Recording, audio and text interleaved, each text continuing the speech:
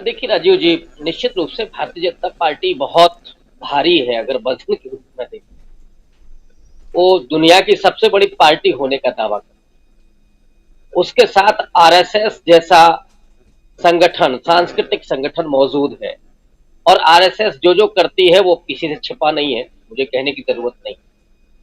दूसरा, गोदी मीडिया उसके पास, अंबानी अडानी उसके पास पूरा आईटी सेल मौजूद है।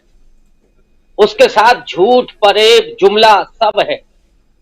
इस वजन के सामने राहुल गांधी की कथित तपस्या, राहुल गांधी की पैदल यात्रा, राहुल गांधी की सज्जनता, उनका बौद्धिक पहलू, बहुत ईमानदारी से बात करना, और कांग्रेस पार्टी की सांगठनिक जो स्थितियां हैं, वो अगर आप तराजू के दोनों पल्ले पर रखें तो इसमें आपको फर्क नजर आएगा। लेकिन एक तीसरा पहलू भी है जो मुझे लगता है कि इस तराजू के बीचों बीच है। वो है इस देश के लोगों का संघर्ष। मुझे किसी ने कल पूछा था कि राहुल गांधी जो लड़ाई लड़ रहे हैं वो क्या जीत पाएंगे? तो मैंने कहा कि राहुल गांधी जो लड़ाई लड़ रहे हैं उससे ज्यादा तो इस देश की जनता लड़ाई लड़ रही है। इस देश का गरीब भुखमरी से लड़ रहा है, इस देश का नौजवान बेरोजगारी से लड़ रहा है, इस देश का दलित उत्पीड़न से लड़ रहा है, जो ओबीसी समाज है वो जातिगत जनगणना और आरक्षण के सवाल से लड़ रहा है, इस देश का जो किसान है वो जो बढ़ाना है दाम उसके लिए लड़ाई लड़ रहा है, काले कानूनों के खिलाफ लड़ रहा है। वो जो वादा किया था मोदी जी ने, जो तपस्या में कमी रह गई थी, वो तो पूरा हुआ ही नहीं।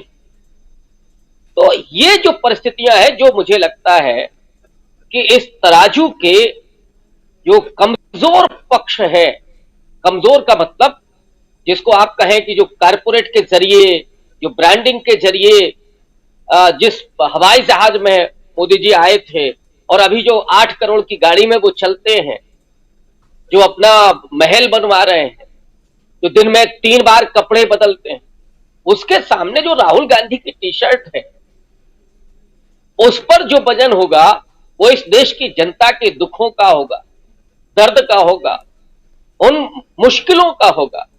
अब आप सोचिए कि जब लॉकडाउन के समय मजदूरों को जानवरों की तरह हांका गया था इसी देश में, उनके पैर लहूलुहान थे, खाना नहीं मिल रहा था, बच्चे मर गए थे, कई महिलाएं परेशान थीं, वो राहुल गांधी को इस रूप में देख करके क्या उस परेशानी से अपने आप को जोड़ नहीं रहे?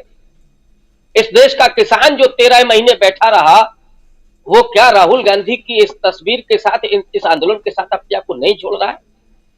इस देश का दलित जो लगातार नरेंद्र मोदी की अपनी सोच, आरएसएस की विचारधारा और पूरी हिंदुत्व की राजनीति के सामने लहूलुहान है, क्या वो अपने आप को नहीं जोड़ रहा है?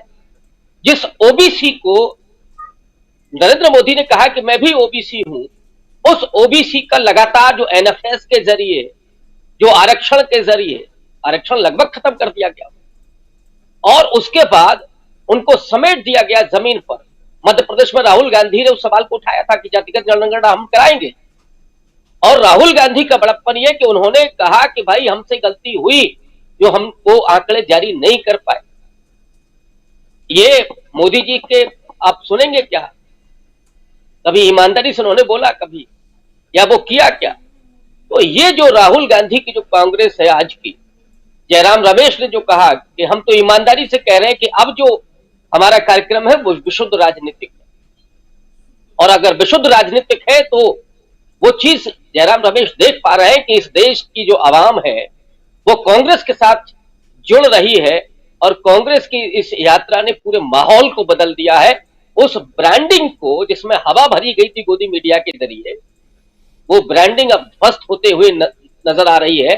और एक व्यक्ति जो पूरी ईमानदारी और सत्यनिष्ठा के साथ जो इस देश के सड़कों पर चल रहा है, उसका राजनीतिक कद, उसका सार्वजनिक जीवन और उसकी जो व्यक्तिगत प्रतिष्ठा है वो निरंतर बढ़ती जा रही है और लोगों के दिलों में राहुल गांधी की वो जगह बन रही है जिसके जरिए कांग्रेस पार्टी बीजेपी को घेरने का पूरा प्लान बना चुकी है। और ये एक एक ही प्लान काफी है, बाकी तो जो उसके समानांतर बहुत सारे प्लान होंगे ही उनके पास, हर राज्य में अपने प्लान होंगे, लेकिन बीजेपी के उस पूरे ब्रांडिंग में पूरा सुई नहीं, पूरा भाला ही चुभो दिया है राहुल गांधी ने।